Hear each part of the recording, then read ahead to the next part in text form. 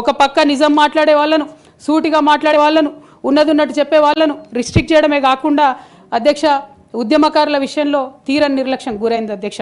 అనేక సందర్భాల్లో నేను పార్టీ నాయకులని, పెద్ద నాయకులను కూడా అనేక సందర్భాల్లో అడిగిన అధ్యక్ష. వేరే విధంగా సహకరించకపోతే, వేరే విధంగా వాళ్ళకి హెల్ప్ చేయలేకపోతే కనీసం సీఎం రిలీఫ్ ఫండ్ కింద మనిషికి 10 లక్షలు ఇద్దాం, ఎక్కడోళ్ళు అక్కడ సెటిల్ అయిపోతారు అధ్యక్ష అని కూడా అడిగినాం అధ్యక్ష. అది కూడా చేయలేదు.